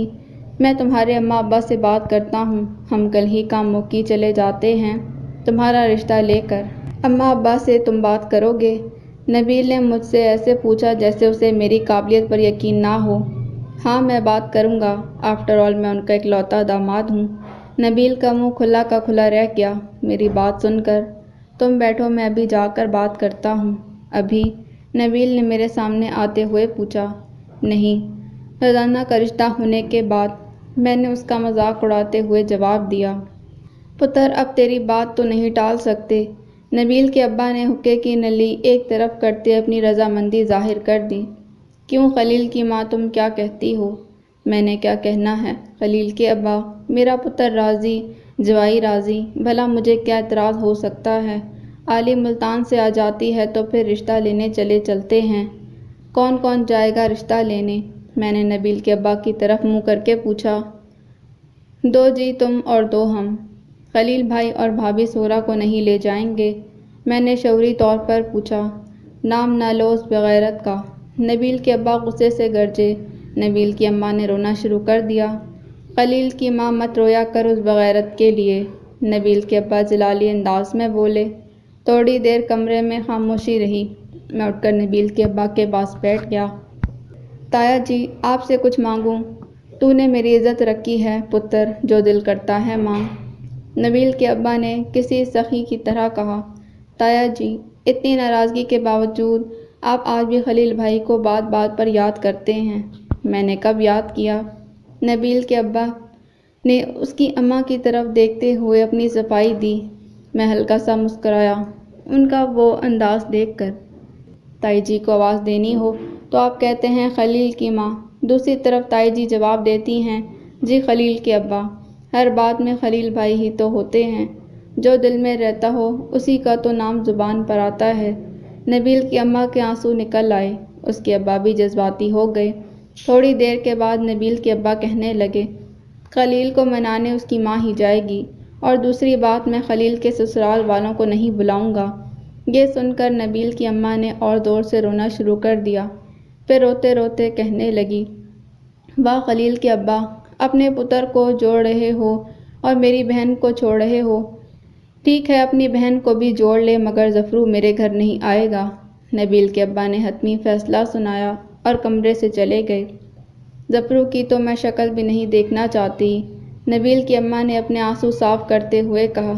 خلیل بھائی کی بیوی صغرا اس کی سگی خالہ کی بیٹی تھی، اس لیے نبیل کی اماں کو اپنی بہن کی فکر کھائی جا رہی تھی۔ نبیل کے رشتے کے لیے تو میں نے اس کے گھر والوں کو راضی کر لیا، مگر جہلم کے رشتے کی تلوار اب بھی لٹک رہی تھی۔ اچانک میرے ذہن میں خیال آیا۔ میں جلدی سے نبیل کے ابا کے پیچھے گیا، وہ صحن میں ٹہل رہے تھے۔ تایا جی، کاموں کی فون کر دیں۔ وہ کیوں؟ نبیل کے ابا نے حیرانی سے پوچھا۔ فرزانہ کا جہلم سے رشتہ آیا ہے، پھپھو جی ہاں ہی نہ کر دیں۔ نبیل کے ابا نے چند لمحے سوچا، پھر کہنے لگے، کاموں کی فون ملا۔ میں چھت پر کامیاب لوٹا تو نبیل بے چینی سے ٹہل رہا تھا۔ میں نے اپنی خوشی چھپا لی اور برا سا منہ بنا لیا۔ نبیل نے میرے چہرے کا جائزہ لیا، پھر پریشانی سے ایک طرف بیٹھ گیا اور میری طرف دیکھ کر خفگی سے کہنے لگا، یہ تمہارے بس کا کام ہی نہیں تھا، میں نے ایسے ہی تمہیں جانے دیا، مجھے خود ہی کچھ کرنا پڑے گا۔ نبیل نے اپنی بائیں ہاتھ کی ہتھیلی پر دائیں ہاتھ کا مکہ مارا اور پریشانی سے دوسری طرف منہ کر کے کچھ سوچنے لگا۔ میں چلتا ہوا اس کے پاس چلا گیا اور اس کے برابر لکڑی کے بینچ پر بیٹھ گیا۔ خلیل بھائی اور سورا بھابھی کو بھی گھر آنے کی اجازت لے دی ہے، تائی جی اور تایا جی کو بھی منا لیا ہے۔ تایا جی کی تمہاری پھپھو کے ساتھ کاموں کی بات بھی کرا دی ہے۔ تایا جی نے پھپھو سے کہا کہ جیسے ہی عالی ملتان سے لوٹتی ہے، ہم نبیل کا رشتہ لے کر آئیں گے۔ میں نے یہ سب ایک ہی سانس میں بول دیا۔ نبیل حیرت سے میری طرف دیکھے جا رہا تھا۔ میری بات ختم ہونے کے بعد وہ دم بخود حیرت میں مبتلا تھا، جیسے اسے میری زبان اور اپنے کانوں کی سماعت پر یقین نہ آیا ہو۔ تم سچ کہہ رہے ہو؟ نبیل نے میری طرف انگلی کر کے پوچھا، جیسے تصدیق کر رہا ہو۔ میں گردن کو ہاں میں ہلاتے مسکرایا تو نبیل فٹ سے مجھ سے لپٹ گیا۔ یار تو بڑا جینیس نکلا، اتنی سی دیر میں سارے مسئلے حل کر دیے، سوائے ایک کے۔ میں اسے بتانے ہی لگا کہ نبیل نے جلدی سے پوچھ لیا، وہ کیا؟ تایا جی اور تائی جی نے ظفرو کو معاف نہیں کیا۔ نبیل کے چہرے کے تیور فوراً بدل گئے، دانت پیستے بولا، اچھا کیا انہوں نے، نہیں تو میں نے جلدی سے نبیل کی بات کاٹتے پوچھا، میں کیا؟ میں اسے گھر سے نکال دیتا۔ نبیل، تم نے سارا الزام ظفرو پر ڈال کر اس کے ساتھ زیادتی نہیں کی؟ میں نے تھوڑی جھجک کے ساتھ پوچھ لیا۔ یہ سوال کافی دنوں سے مجھے تنگ کر رہا تھا۔ سیاہ چادر پر اگر کالی سیاہی کے چند چھینٹے اور پڑ جائیں تو اس سے کیا فرق پڑے گا؟ سارا علاقہ اس کے کارناموں سے واقف ہے، اس کی آنکھ میں سرخا بال ہے، اسی لیے سب رشتہ داروں اور محلے والوں نے میری بات پر فوراً یقین کر لیا تھا کہ یہ خط ظفرو نے کسی سے لکھوا کر گجرانوالہ پوسٹ کیا ہوگا۔ نبیل، میں نے کسی بھی صورت میں اپنی بہن پر الزام نہیں آنے دینا تھا۔ میں جانتا تھا وہ دل ہی دل میں تمہیں پسند کرتی ہے، میں نے کئی بار اسے تمہیں چھپ چھپ کر دیکھتے دیکھا تھا۔ نبیل کی باتیں سن کر میرے چہرے کی رنگت بدل گئی۔ نبیل کو اس چیز کا اندازہ ہو گیا تھا۔ اس نے میرے گال پر پیار سے تھپکی لگائی اور مسکراتے کہنے لگا، تم پریشان مت ہو، تم دوستی پر کھرے اترے ہو، مجھے فخر ہے تم میرے دوست ہو۔ اس نے میرے کندھے کو دباتے ہوئے اپنی بات ختم کی۔ میں نے حیرانی کے عالم میں اس سے پوچھا، تم اگر پہلے سے جانتے تھے تو تم بتاؤ، بھائی میرے کیا کہتا تم سے؟ نبیل کے جواب نے مجھے سوچ میں ڈال دیا۔ یہ عالی کہاں رہ گئی ہے؟ اب تک دودھ لے کر نہیں آئی۔ نبیل نے میری سوچ کے سلسلے کو جان بوجھ کر توڑا۔ ہم دونوں ہنس پڑے اور کافی دیر ہنستے رہے۔ اس دن ہم دونوں مہینوں بعد کھلکھلا کر ہنسے تھے۔ اب میری بیوی کی جگہ تمہاری بیوی دودھ لے کر آیا کرے گی، میں نے ہنستے ہنستے ہی کہا تھا۔ نبیل پھر سے میرے گلے لگ گیا اور میرے کندھے پر سر رکھ کر کہنے لگا، تھینک یو مہروز۔ عالی ملتان میں شادی انجوائے کر رہی تھی اور میں لاہور میں اداس تھا، اس کی کمی میں شدت سے محسوس کر رہا تھا۔ مجھے رات کو نیند نہیں آ رہی تھی۔ مجھے اپنے لکڑی کے صندوق کا خیال آیا جو پہلے تو میرے پلنگ کے نیچے ہوا کرتا تھا۔ عالی سے میرے نکاح کے بعد پلنگ کی جگہ نئے بیڈ نے لے لی اور میرے صندوق کو چھت کی ممٹی میں جگہ ملی۔ میں جلدی سے اس صندوق کی چابی لے کر ممٹی میں پہنچا۔ میں نے اس صندوق کو کھولا۔ اس صندوق میں عارفہ کے سارے دیے ہوئے تحائف پڑے تھے، ثانیہ کے ہاتھ کا لکھا ہوا ایک مضمون اور میری رف گلابی کاپی کے اوپر ثانیہ کی لگائی ہوئی الٹی سیدھی لائنوں والا کاغذ بھی تھا۔ ایک کونے میں بسمہ کا دیا ہوا گفٹ پڑا تھا جو کہ گفٹ پیپر میں اب تک لپٹا ہوا تھا۔ بسمہ کے نکاح کے بعد کبھی من نہیں چاہا کہ اسے کھول کر دیکھوں۔ میں نے جب وہ گفٹ کھولا تو میری حیرت کی انتہا نہ رہی۔ بسمہ کے تحفے کے ساتھ ایک خط بھی تھا۔ میں نے وہ تحفہ ایک طرف رکھا اور خط کھول کر پڑھنے لگا۔ پیارے مہروز، کیسے ہو؟ امید ہے اچھے ہی ہوگے۔ میں اپنے نکاح سے ایک دن پہلے تمہیں یہ خط لکھ رہی ہوں۔ ہوش سنبھالنے سے لے کر صرف آج تک تمہاری ہی رہی، کبھی کسی کو آنکھ بھر کر نہیں دیکھا۔ مجھے تو ڈائری لکھنے کا شوق نہیں۔ تمہاری گفٹ کی ہوئی ڈائری پر صرف تمہاری ہی باتیں لکھی ہیں اور آئندہ بھی تمہاری ہی لکھوں گی۔ میں بے وفا نہیں، مجبور ہوں۔ نانی نے میری مجبوری بتائی ہوگی۔ رات بیکری میں تم جس لڑکی سے ٹکرائے تھے وہ میری بیسٹ فرینڈ ارجمن تھی۔ میں نے اسے تمہاری تصویر دکھا رکھی تھی۔ کینٹ میں اس کی خالہ رہتی ہیں۔ وہ اپنے بھائی کے ساتھ ہمیں سی ایم ایچ ڈراپ کرنے آئی تھی۔ سندس کا پرس اس گاڑی میں رہ گیا تھا۔ تمہارے راحت بیکری جانے کے بعد وہ سندس کا پرس واپس کرنے دوبارہ سی ایم ایچ آئی تو میں نے اسے راحت بیکری جانے کا کہا۔ مجھے شک تھا کہ تمہارے پاس برگر لانے کے پیسے نہیں ہیں، اس لیے میں نے ارجمن کو راحت بیکری بھیجا تھا۔ وہ تم سے ٹکرائی اور اپنے بھائی کے ساتھ گاڑی میں بیٹھ کر چلی گئی۔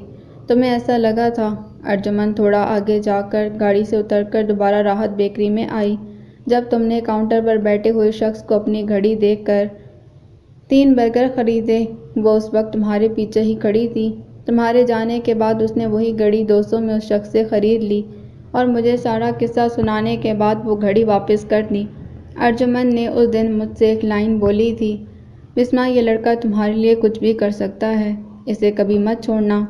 اب ارجمن کو کوئی بتائے کہ چھوڑا تو اسے جاتا ہے جسے پایا ہو۔ میں بدقسمت تو تمہیں پا ہی نہ سکی۔ یہ گھڑی اب میری طرف سے تحفہ سمجھ کر رکھ لینا۔ میں تمہیں بھولنے کی کوشش کروں گی، تم بھی مجھے بھول جانا، فقط بسمہ۔ بسمہ کا خط پڑھنے کے بعد میرے رونگٹے کھڑے ہو گئے۔ ممٹی میں ایک ٹوٹے ہوئے شیشے میں مجھے اپنا چہرہ نظر آیا۔ میری آنکھیں نمکین پانی سے بھری پڑی تھیں۔ میں نے غور سے خود کو دیکھا، وہ میں ہی تھا۔ میں نے وہ کاسیو کی گھڑی اس وقت اپنی کلائی میں باندھ لی تھی۔ اگلے دن میں ہال روڈ سے گھر لوٹ رہا تھا تو تایا ساجد راستے میں مل گئے۔ السلام علیکم تایا جی۔ وعلیکم السلام۔ کیسے ہو مہروز بیٹا؟ میں آج تمہاری طرف ہی جانے والا تھا۔ حکم تایا جی؟ میں نے تابعداری سے پوچھا۔ یار وہ پچھلا ٹی وی تو عارفہ نے توڑ دیا تھا۔ آج ہی پیٹی سے نیا ٹی وی نکالا ہے، صبح سے سیٹ کرنے میں لگا ہوں، مجھ سے تو سیٹ نہیں ہو رہا، تو چل میرے ساتھ۔ تایا جی میں گھر سے کھانا کھا کر آتا ہوں۔ میں نے تایا جی کو ٹالنے کی کوشش کی۔ رشتہ نہیں ہوا تو کوئی بات نہیں ہے، تو اب بھی میرا بیٹا ہی ہے۔ تایا جی نے مجھے بازو سے پکڑا اور میری مرضی کے خلاف ہی مجھے اپنے گھر لے گئے۔ میں چھت پر ان کا اینٹینا ٹھیک کرنے کے بعد کمرے میں پہنچا تو عارفہ کھڑی ہوئی تھی۔ اس سے پہلے کہ عارفہ کوئی بات شروع کرتی، تائی جی چائے والی ٹرے اٹھائے کمرے میں وارد ہوئیں۔ میں اپنے کام میں مصروف ہو گیا۔ میں نے ان دونوں کی طرف دیکھا بھی نہیں۔ تنویر کہاں چلا گیا؟ وہ مجھے واپسی پر لے جائے گا۔ بنس روڈ تک گیا ہے۔ امی کھانے کے ٹائم چائے کون پیتا ہے؟ عارفہ نے روکھے لہجے میں تائی جی سے کہا۔ پہلے چائے پی لو پھر کھانا بھی لاتی ہوں۔ مجھے نہیں پینی چائے وائے، عارفہ نے تلخی سے جواب دیا۔ میں نے ٹی وی سے نظریں ہٹا کر ان کی طرف دیکھا۔ تائی نے عارفہ کو برا سا منہ بناتے ہوئے میری طرف اشارہ کیا۔ مہروز کو بھی نہیں پینی چائے، وہ میرے ساتھ کھانا کھائے گا۔ عارفہ نے مزید تلخی سے جواب دیا۔ مجھے تو مت کھانے کودو، لاتی ہوں کھانا، تائی جی نے بیزاری سے کہا۔ تائی کے جانے کے بعد عارفہ نے مجھ سے بڑی محبت کے ساتھ پوچھا، کیسے ہو مہروز؟ تایا جی کدھر ہیں؟ ابو عشاء کی نماز پڑھنے گئے ہیں، ان کا ٹی وی سیٹ کر دیا ہے، آتے ہیں تو بتا دینا، میں نے چلتے ہوئے کہا۔ عارفہ نے مجھے جیکٹ سے پکڑ لیا اور کہنے لگی، ناراض ہو؟ تمہیں کیا لگتا ہے؟ مجھے معاف کر دینا مہروز، اگر میں تنویر سے شادی نہ کرتی تو وہ میری بہن کو طلاق دے دیتے۔ کر دیا ہے معاف۔ میں نے اس کے ہاتھ سے اپنی جیکٹ چھڑائی اور چل پڑا۔ اوئے کھانا تو کھاتے جاؤ، عارفہ نے تڑپ کر کہا۔ میں پھر بھی نہیں رکا۔ مہروز اگر تم نے میرے ساتھ کھانا نہیں کھایا تو میں سمجھوں گی کہ تم مجھ سے ناراض ہو۔ عارفہ کی یہ بات سن کر میں تھم گیا۔ سارا محلہ اور سارے رشتہ دار تمہاری تعریف کرتے ہیں، میں نے تعریف والا کون سا کام کیا ہے؟ لوگ کہتے ہیں عارفہ کی تنویر سے شادی ہو گئی، مہروز نے کوئی ہنگامہ نہیں کیا، پھر مہروز کے گھر والوں نے گجروں کی عزت بچانے کے لیے اس کا گجروں کے گھر نکاح کر دیا، وہ پھر بھی خاموش رہا۔ عارفہ بغیر وقفے کے بولے جا رہی تھی اور میں کھڑا عارفہ کی باتیں سن رہا تھا۔ تم اس چھوئی موئی کے ساتھ خوش تو ہو نا؟ میں نے عارفہ کو گھوری ڈالی مگر اسے میری گھوری سے کوئی فرق نہیں پڑا۔ وہ اپنی دھن میں بول پڑی، میں روز بھلے ہی تمہیں غصہ لگے، تمہاری بیوی ہے چھوئی موئی سی، تمہارا اور اس کا کوئی جوڑ نہیں، تمہارا اور تنویر کا جوڑ ہے۔ میری بات سن کر عارفہ نے شرمندہ ہونے کی بجائے زوردار قہقہ لگایا اور ہنستے ہوئے بولی، میرے پیر دھو دھو کر پیتا ہے، اللہ بھلا کرے بیوی جی کا جس نے حق مہر لکھوا دیا اور تنویر کی گردن میرے ہاتھ میں آ گئی۔ ویسے ایک بات ہے، میں اکثر سوچتی ہوں تمہارا رشتہ کیا سوچ کر بیوی جی نے علی کے ساتھ کیا ہے۔ علی کو دیکھ کر مجھے اس چھوئی موئی سے بڑی محبت ہے۔ عارفہ میری بات سن کر ہنس پڑی۔ اس وقت تایا جی نماز پڑھ کر لوٹے تھے۔ یا اللہ تیرا شکر ہے، میرے بچے سب کچھ ہونے کے باوجود بھی خوش ہیں، تایا جی نے مجھے اور عارفہ کو دیکھ کر کہا۔ تھوڑی دیر بعد تائی جی نے کھانا لگا دیا۔ جب میں نے منہ ہاتھ دھونے کی غرض سے اپنی جیکٹ اتاری تو میری کلائی پر بندھی ہوئی گھڑی پر عارفہ کی نظر پڑ گئی۔ وہ زیر لب مسکرائی۔ کھانے سے فارغ ہونے کے بعد جب میں اپنے گھر کے لیے وہاں سے نکلا تو عارفہ نے پیچھے سے آواز لگائی۔ میں گھر کے بیرونی دروازے سے پہلے کھڑا ہو گیا۔ محبت علی سے کرتے ہو اور کلائی میں میری نشانی باندھ رکھی ہے؟ عارفہ نے میرے پاس آ کر ہولے سے کہا۔ میں تایا جی کے گھر سے نکل آیا اور سارے راستے یہی سوچتا رہا کہ میں کس سے محبت کرتا ہوں، ثانیہ، بسمہ، عارفہ یا پھر اپنی بیوی علی سے۔ گھر آتے آتے مجھے میرا جواب مل گیا۔ میں نے گھر آ کر وہ گھڑی اسی صندوق میں رکھ دی اور اس کی جگہ اپنی شادی کی گھڑی پہن لی جو مجھے علی کے گھر والوں نے دی تھی۔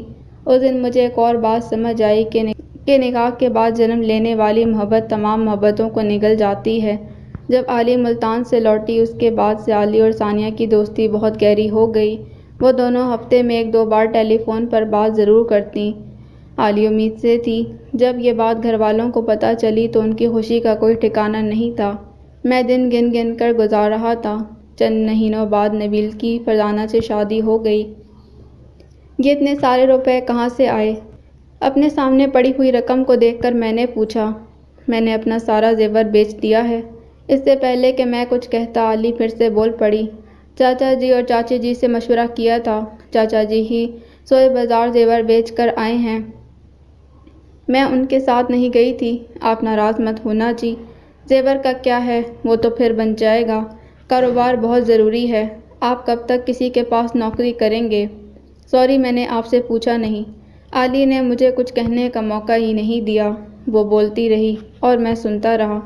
میں نے ان پیسوں سے ہال روڈ پر اپنی خود کی الیکٹرانک ورکشاپ شروع کر دی۔ میرا کام چل پڑا اور میں ترقی کرنے لگا۔ ایک دن میں گھر لوٹا تو علی اداس سی اپنے خیالوں میں کھوئی بیڈ پر بیٹھی ہوئی تھی۔ کیا ہوا میری علی کو، کیوں اداس ہو؟ میں نے علی کے پہلو میں بیٹھتے ہوئے پوچھا۔ علی بات ٹالتے ہوئے باہر جانے لگی۔ میں آپ کے لیے پانی لے کر آتی ہوں۔ میں نے علی کی کلائی تھام لی۔ پہلے بتاؤ پریشان کیوں ہو؟ ثانیہ کو طلاق ہو گئی۔ مجھے یہ سن کر گہرا صدمہ ہوا۔ میں نے علی کی کلائی چھوڑ دی۔ وہ میرے لیے پانی لینے چلی گئی اور میں بیڈ پر لیٹ گیا۔ علی کے ڈلیوری کے دن قریب آ رہے تھے۔ ایک دن وہ میرے پہلو میں لیٹی کہنے لگی، میری ایک خواہش ہے۔ کیسی خواہش؟ پوری کریں گے؟ علی نے میری آنکھوں میں دیکھتے ہوئے پوچھا۔ بتاؤ، پہلے وعدہ کریں کہ آپ میری یہ خواہش ضرور پوری کریں گے۔ وعدہ؟ میں نے علی کا ہاتھ تھامتے اسے یقین دلایا۔ ثانیہ کی عدت پوری ہو گئی ہے۔ میں علی کی بات سن کر حیران ہوا۔ ثانیہ سے نکاح کر لیں؟ علی نے ایسے کہا جیسے وہ ثانیہ کے لیے مجھ سے بھیک مانگ رہی ہو۔ میری حیرانی کو غصے میں بدلتے لمحہ نہ لگا۔ تمہارا دماغ تو ٹھیک ہے۔ میں اٹھ کر بیٹھ گیا۔ علی بھی جلدی سے اٹھ کر بیٹھ گئی۔ آپ نے وعدہ کیا تھا۔ میں بھڑکتے ہوئے اپنے بیڈ سے اٹھ گیا۔ میری آخری خواہش سمجھ کر میں اپنے کمرے سے نکل رہا تھا۔ اس وقت علی کے الفاظ میرے کانوں میں پڑے۔ ڈلیوری سے ایک دن پہلے تک میری علی سے اسی بات کو لے کر ناراضگی رہی۔ وہ چاہتی تھی کہ میں ثانیہ سے نکاح کر لوں مگر میں تیار نہیں تھا۔ آخر میں علی نے ہتھیار ڈال دیے۔ سوری مت کریں ثانیہ سے نکاح، مجھ سے تو بات کریں نا جی، اس وقت مجھے آپ کی ضرورت ہے، علی نے اتنے پیار سے کہا۔ پل بھر میں میرا غصہ ہوا ہو گیا۔ اگلی رات علی کو درد اٹھا۔ فرزانہ بھابھی، نبیل اور میں علی کو لیڈی ایچسن ہسپتال لے گئے۔ علی کی طبیعت ایک دم بگڑ گئی۔ علی کو آپریشن تھیٹر لے گئے۔ تھوڑی دیر بعد ایک نرس مجھ سے سائن لینے کی غرض سے آپریشن تھیٹر سے باہر آئی۔ عالیہ کے ساتھ کون ہے؟ جی میں ہوں، میں نے جلدی سے جواب دیا۔ آپ یہاں سائن کر دیں۔ کلپ بورڈ کے اوپر لگے چند کاغذات نرس نے میرے سامنے کر دیے۔ میں سائن کرنے لگا۔ نبیل نے فکرمندی سے پوچھا، سائن کس لیے سسٹر؟ مریض کا بی پی بہت لو ہے، ہم کو بڑا آپریشن کرنا پڑے گا جس سے ان کی جان کو خطرہ بھی ہو سکتا ہے۔ کیسا خطرہ؟ وہ تو بالکل ٹھیک تھی، میں نے خود اس کے سارے ٹیسٹ کروائے ہیں۔ میں نرس کی بات سن کر ہڑبڑا اٹھا تھا۔ بس آپ دعا کریں۔ نرس یہ بول کر چلی گئی۔ مجھے جو کچھ آتا تھا میں نے آپریشن تھیٹر کے باہر سب کچھ پڑھ ڈالا۔ نبیل اور فرزانہ الگ پریشان تھے۔ کوئی گھنٹہ ڈیڑھ بعد ایک ڈاکٹر نے باہر آ کر ہمیں صرف اتنا ہی کہا، 2 بیٹے ہوئے مگر ہم ماں کو نہیں بچا سکے۔ یہ بول کر وہ لیڈی ڈاکٹر تو آرام سے وہاں سے چلی گئی۔ میری تو جان ہی نکل گئی، وہیں ٹھنڈے فرش پر ہی بیٹھ گیا۔ اگلے دن علی کی تدفین کرنے کے بعد جب میں گھر آیا تو کیا دیکھتا ہوں، میرے ایک بیٹے کو میری نانی نے پکڑا ہوا تھا اور دوسرا ثانیہ کی گود میں تھا۔ ثانیہ نے میرا بیٹا اٹھایا ہوا تھا جو مجھے اچھا نہیں لگا۔ کہیں نہ کہیں میرے دل میں وہ بات تھی کہ ثانیہ نے میری محبت کو ٹھکرا کر اس ڈیلر کی دولت کو چنا تھا۔ میں اپنے کمرے میں چلا گیا۔ میں نے اپنے بیٹوں کو دیکھا تک نہیں۔ تھوڑی دیر بعد نبیل میرے دونوں بیٹوں کو اٹھائے کمرے میں آیا۔ ان کو دیکھ تو لو، نبیل نے دونوں بچے میرے سامنے کرتے ہوئے کہا۔ میں نے ان معصوموں کو دیکھا، مجھ سے رہا نہیں گیا۔ میں نے ایک بچے کو اٹھا کر اپنے سینے سے لگا لیا اور چومنے لگا۔ بے ساختہ میری آنکھوں سے آنسو نکل رہے تھے۔ میں نے دوسرے بچے کو نبیل کے بازوؤں میں ہی چوم لیا۔ میرا دل جو پچھلی رات سے اللہ تبارک و تعالیٰ کے شکوے کر رہا تھا وہی میری اجازت کے بغیر ہی اللہ کے حضور شکر بجا لایا۔ اس رات میں چھت پر بیٹھا ہوا تھا۔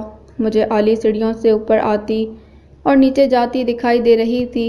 میں ماضی کو حال میں دیکھ رہا تھا، کھلی آنکھوں کے ساتھ۔ میں ہاتھ بڑھا کر دودھ کا پیالہ اٹھانے ہی لگا کہ عالی غائب ہو گئی۔ میرا ہاتھ خالی ہی واپس لوٹا۔ میری چیخ نکل گئی اور میں سسکیاں لے لے کر رونے لگا۔ نبیل مجھے تلاش کرتا چھت پر آیا۔ مجھے روتا دیکھ کر جلدی سے میرے پاس آیا اور مجھے گلے لگا لیا۔ کافی دیر میں نبیل کے کندھے پر سر رکھ کر روتا رہا۔ نبیل نے مجھے صرف کندھا ہی پیش کیا، زبان سے کوئی تسلی نہیں دی۔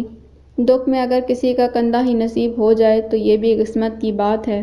جب میری سسکیاں بند ہوئیں اور میرے آنسو رکے تو نبیل نے میرا سر اپنے کندھے سے اٹھایا اور میری طرف دیکھ کر پوچھنے لگا، ایک بات بتا سکتا ہوں؟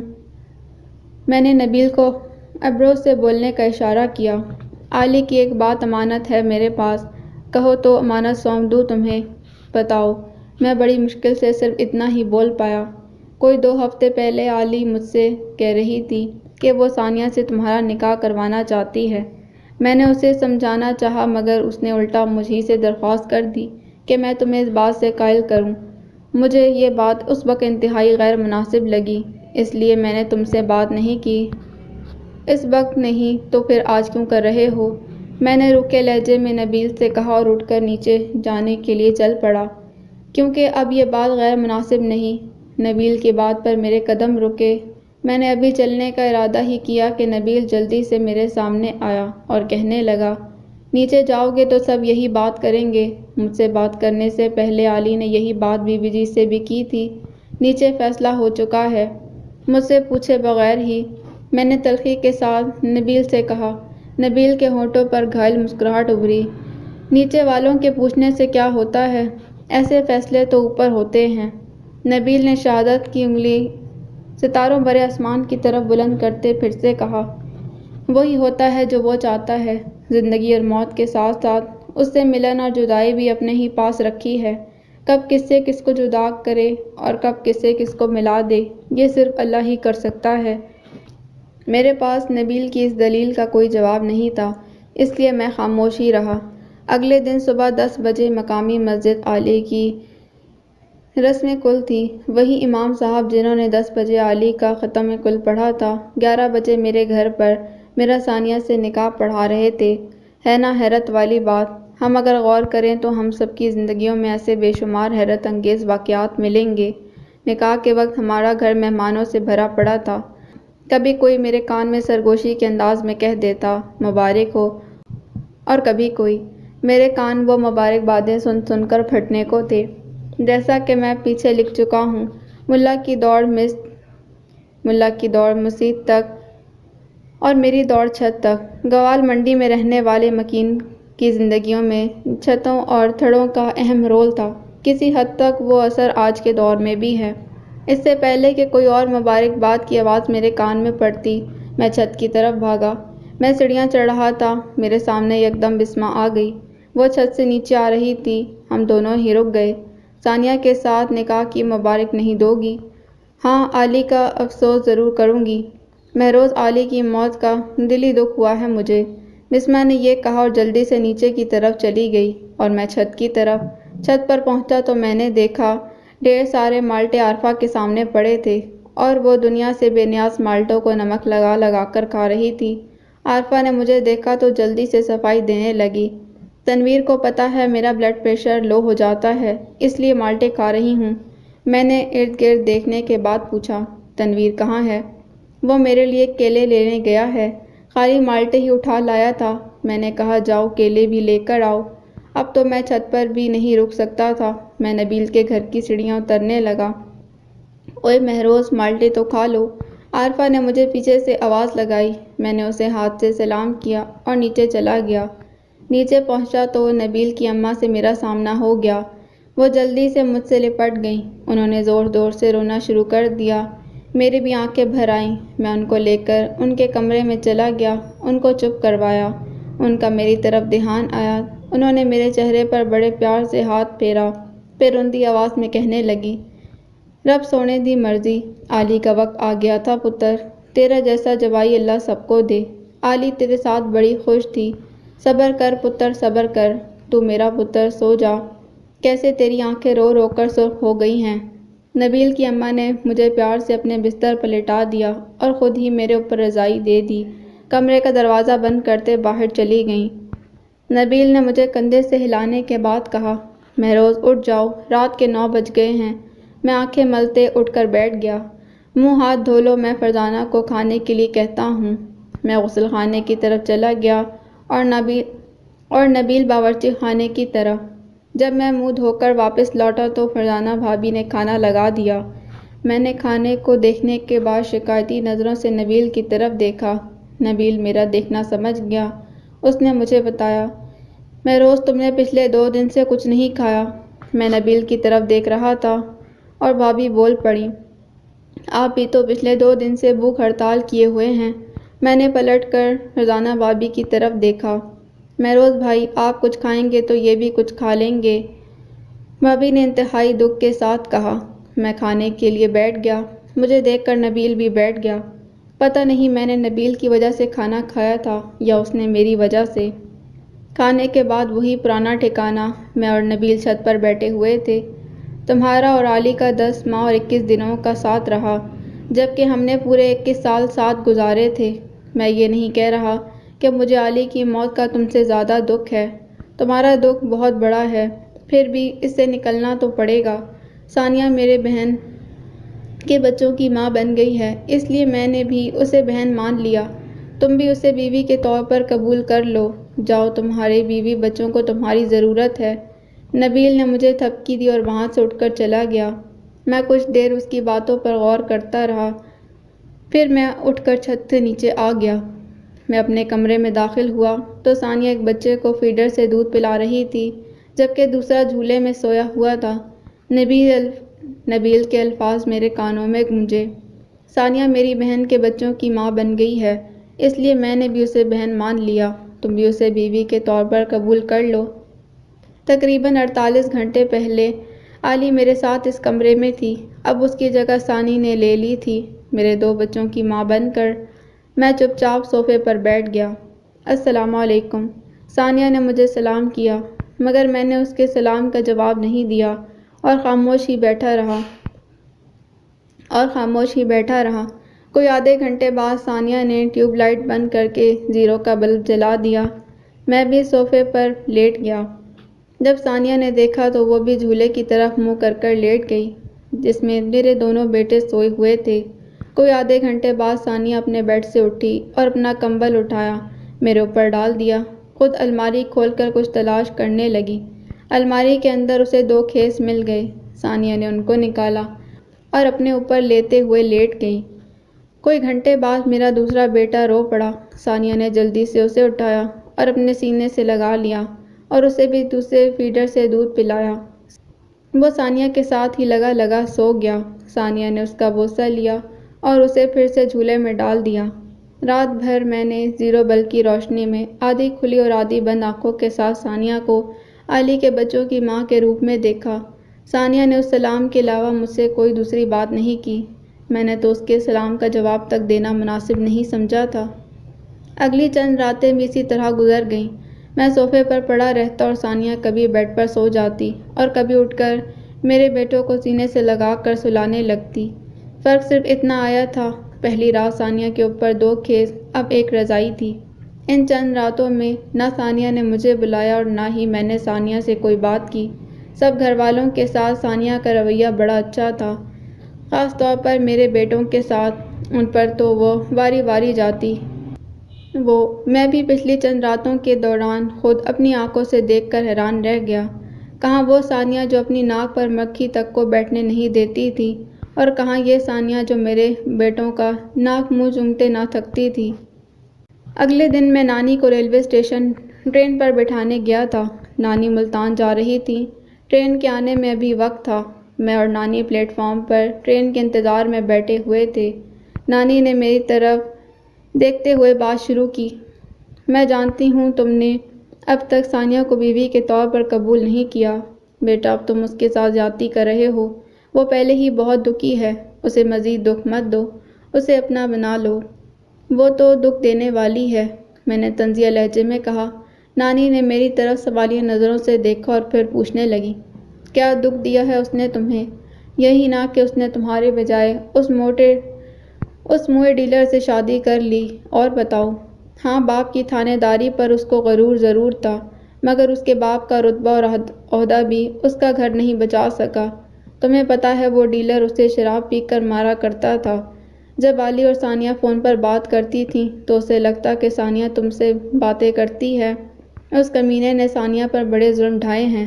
یہاں نہ جاؤ، وہ نہ کرو، اس سے نہ ملو، بات بات پر روکا ٹوکی کرتا تھا۔ ایک دن ٹیلی فون کا بل دیکھ کر ثانیہ سے کہنے لگا، اپنے یار کو لاہور کم فون کیا کرو۔ ثانیہ نے صفائی دی کہ میں تو علی سے بات کرتی ہوں، تو غصے سے چلایا، ٹیلی فون کا بل تمہارا باپ دے گا۔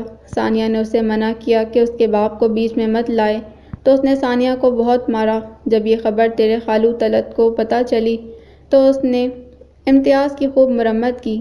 امتیاز نے غصے میں آ کر ثانیہ کو طلاق دے دی اور ملتان میں یہ خبر مشہور کر دی کہ ثانیہ کا اپنی خالہ کے بیٹے مہروز سے چکر تھا، اس لیے میں نے اسے طلاق دی۔ علی کو لگتا تھا کہ اس کی وجہ سے ثانیہ کا گھر ٹوٹا ہے، اس لیے وہ ثانیہ کا تم سے نکاح کروانا چاہتی تھی۔ علی نے ثانیہ سے بات کی تھی، پہلے تو اس نے انکار کر دیا، پھر علی کے سمجھانے پر وہ مان گئی، مگر تم نہیں مانے تھے۔ اگر علی زندہ ہوتی تو وہ بھی ثانیہ کے ساتھ تمہارا نکاح کروا کر ہی دم لیتی۔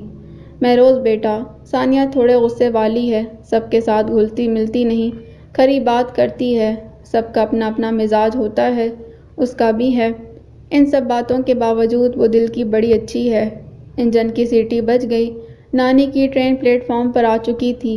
اگر ٹرین نہ آتی تو نانی کی باتوں کا سلسلہ مزید چلتا۔ میں نے نانی کو ٹرین میں بٹھایا۔ جب میں واپس آنے لگا تو نانی نے میرا ماتھا چوما اور بڑی محبت سے کہنے لگی، ثانیہ کا خیال رکھنا۔ میں صوفے پر لیٹا ہوا ثانیہ کو ہی دیکھ رہا تھا۔ اس نے میرے بیٹے کو جھولے میں ڈالا ہی تھا کہ میں صوفے سے اٹھ کر اس کے سامنے جا کھڑا ہوا۔ ثانیہ اچانک مجھے اپنے سامنے دیکھ کر ڈر سی گئی۔ اس سے پہلے کہ میں کوئی بات شروع کرتا، میرے بیٹے نے رونا شروع کر دیا۔ یہ الو کا پٹا پھر سے اٹھ گیا ہے۔ یہ بڑا نہیں چھوٹا ہے، ثانیہ نے میرے بیٹے کو جھولے سے اٹھاتے ہوئے کہا۔ بڑے چھوٹے کی پہچان کیسے کرتی ہو؟ دونوں ایک جیسے ہی لگتے ہیں۔ ماں کو پہچان ہو جاتی ہے۔ ثانیہ نے چھوٹے کو سینے سے لگاتے ممتا کی آنکھ کے متعلق بتایا۔ ان کے نام نہیں رکھنے کیا؟ میں نے پوچھا۔ آپ کا موڈ ٹھیک ہو تو؟ ثانیہ نے مجھ پر شکوے سے بھرپور نگاہ ڈالی۔ میں تھوڑا سا شرمندہ ہوا۔ چھوٹا سو گیا، تو ثانیہ نے اسے جھولے میں ڈالتے ہوئے کہا، علی نے مجھے 2 نام بتائے تھے۔ تمہیں بتائے تھے؟ مجھے حیرت کا شدید دھچکا لگا۔ ثانیہ نے گردن کو فخر سے ہلاتے ہوئے کہا، بڑے کا نام ریحان اور چھوٹے کا جودان۔ تو پھر ٹھیک ہے، بڑا ریحان اور چھوٹا جودان۔ میں نے اسی وقت علی کے بتائے ہوئے ناموں پر تصدیق کی مہر لگا دی۔ میں اور ثانیہ آمنے سامنے کھڑے تھے۔ میں نے ہی بات شروع کی، تھینک یو ثانیہ۔ کس بات پر؟ میرے بچوں کی ماں بننے پر۔ ماں تو میں علی کے بچوں کی بنی ہوں، آپ کی تو صرف بیوی ہوں۔ یہ کیا بات ہوئی ثانیہ؟ اب آپ مجھے ثانی بھی کہہ سکتے ہیں۔ اب کیوں کہہ سکتا ہوں؟ اب حق ہے آپ کے پاس، آخر میں آپ کی بیوی ہوں۔ جس طرح آپ مجھ سے یک طرفہ محبت کرتے تھے، میں بھی اسی طرح یک طرفہ امتیاز کو پسند کرتی تھی۔ مجھے لگتا تھا کہ اچھی زندگی گزارنے کے لیے روپیہ پیسہ اہم ہوتا ہے۔ میں غلط تھی اور علی ٹھیک تھی۔ علی نے مجھ سے کہا کہ شوہر برا ہو تو گاڑی بنگلے کا کیا کرنا۔ میں علی کو فون پر اپنے بڑے بڑے دکھڑے سناتی تھی اور وہ مجھے اپنی چھوٹی چھوٹی خوشیاں بتاتی۔ مجھے اس وقت اس پر بڑا رشک آتا۔ ثانیہ تھوڑی دیر کے لیے خاموش ہو گئی، پھر کہنے لگی، اگر آپ مجھے ثانیہ کی جگہ ثانی کہیں گے تو مجھے لگے گا کہ آپ نے مجھے اپنی بیوی کے طور پر قبول کر لیا۔ ثانیہ نے مجھے یہ یقین دلایا تھا کہ وہ میری ہو گئی ہے۔ مجھے اس سے اعتماد ملا۔ میں نے اس کا ہاتھ تھام لیا۔ تقریباً 17 سال ہو گئے ہیں میری اور ثانی کی شادی کو۔ ثانی نے اپنی اولاد نہیں پیدا کی، وہ تو ریحان اور جودان کی ہی ماں بنی رہی۔ وہ دونوں بھی مجھ سے زیادہ ثانی پر جان چھڑکتے ہیں۔ ثانی آج بھی مجھ سے اکثر علی کی باتیں لے کر بیٹھ جاتی ہے۔ سچ کہوں تو وہ مجھ سے بھی زیادہ علی کو جانتی اور چاہتی ہے۔ سنا ہے جس سے انسان محبت کرتا ہو وہ اس جیسا ہی ہو جاتا ہے۔ مجھے تو اب ثانی بھی علی جیسی ہی لگتی ہے۔ علی جب بات کرتی تھی تو اس کے اکثر جملوں میں جی آتا تھا۔ میں نے نوٹ کیا اب ثانی بھی اکثر جی کا استعمال کرتی ہے۔ ثانی مجھے آپ کہہ کر بلاتی تھی۔ شادی کے بعد مجھے نہیں یاد پڑتا ثانی نے مجھے آپ کے علاوہ کبھی مخاطب کیا ہو۔ ثانی کا کہنا ہے کہ علی نے تو مجھے اپنی زندگی میں ہی قبول کر لیا تھا۔ خالی یہ بات ہی کافی ہے اس کی عظمت کو بیان کرنے کے لیے۔ ثانی کبھی اچھے موڈ میں ہو تو مجھے عارفہ اور بسمہ کا نام لے کر بھی چھیڑتی ہے۔ بسمہ کے شوہر کا سال پہلے زیر تعمیر مکان کی چھت گرنے سے انتقال ہو گیا تھا۔ اب اس کا بڑا بیٹا کاروبار دیکھتا ہے اور بسمہ کی بیٹی ملائکہ ریحان کی کلاس فیلو ہے۔ ہو سکتا ہے بسمہ میری سمدھن بن جائے۔ عارفہ کے اب تک 8 بچے ہو چکے ہیں۔ کتنے بیٹے اور کتنی بیٹیاں یہ مجھے نہیں معلوم۔ تنویر سچ میں مشرقی شوہر ثابت ہوا ہے۔ نبیل اور فرزانہ بھابھی کے 3 بچے ہیں۔ بیٹی سب سے بڑی ہے جس کا نام نبیل نے علی رکھا ہے اور اس سے چھوٹے 2 بیٹے ہیں۔ میرا اور نبیل کا ارادہ ہے ہم جودان اور علی کی شادی کر دیں گے۔ نبیل بھی اب ڈیفنس میں ہی شفٹ ہو گیا ہے۔ میں اور نبیل اب ہر ویکنڈ پر اپنے اسی پرانے محلے جاتے ہیں۔ نبیل نے اپنا وہ گھر کسی کو کرائے پر دے رکھا ہے۔ اس آدمی نے اس مکان میں ایک ریسٹورنٹ کھول لیا ہے۔ اب ہم دونوں چھت پر اسی جگہ کرسیوں پر بیٹھتے ہیں۔ وہ الگ بات کہ اب ہم دودھ کی جگہ بلیک کافی یا گرین ٹی پینے لگے ہیں۔ اب تو خلیل بھائی کی دکان سے بھی خالص دودھ نہیں ملتا۔ خالص دودھ تو اب بھینس کا کٹا یا پھر گائے کا بچڑا ہی پیتے ہیں۔ اب کہاں لاہور میں خالص دودھ ملتا ہے۔ میں خود کو محبت کا چیمپئن سمجھتا تھا۔ آج میں اقرار کرتا ہوں کہ مجھے محبت کرنا عورتوں نے سکھایا، نانی اور امی کی شکل میں۔ میری امی جنہوں نے میری زندگی بچانے کے لیے خلیل کے سامنے ہاتھ جوڑے تھے، کبھی بہنوں کی شکل میں جو خلیل کے پیروں میں میری خاطر بیڑیوں کی طرح لپٹ گئیں۔ علی، اسے کیسے بھول سکتا ہوں جو میری ڈھال بن گئی تھی۔ ثانی، جس کا کوئی ثانی نہیں، اس نے میرے بچوں کی خاطر اپنی جوانی گال دی۔ علی اور ثانی میری بیویاں، ان دونوں نے میری زندگی کو گلزار بنا دیا ہے۔ علی، جس کے متعلق میں نے کبھی نہیں سوچا تھا وہ میری زندگی میں کیسے آئی، اور جس کے بارے میں ہمیشہ ہی سوچا تھا وہ مجھے کیسے ملی۔ انسان کیا سوچتا ہے اور کیا ہو جاتا ہے، آنے والے وقت کے بارے میں تو صرف میرا اللہ ہی جانتا ہے۔ ہمارے ارادے، ہماری سوچیں سب دھری کی دھری رہ جاتی ہیں۔ میں اب بھی ڈائری لکھتا ہوں اور بہت سی باتیں دل کی ڈائری پر بھی خود بخود درج ہو جاتی ہیں، مگر ہوتا وہی ہے جو اس کی ڈائری میں لکھا ہوتا ہے۔ The end. So this was the end of novel اس کی ڈائری۔ امید کرتی ہوں یہ کہانی آپ کو بہت پسند آئی ہوگی۔ اگر آپ کو یہ کہانی پسند آئی ہے تو پلیز چینل کو سبسکرائب کریں، کمنٹ میں ضرور لکھ کر بتائیں۔ ملتے ہیں ایک نئی کہانی کے ساتھ۔ اللہ حافظ۔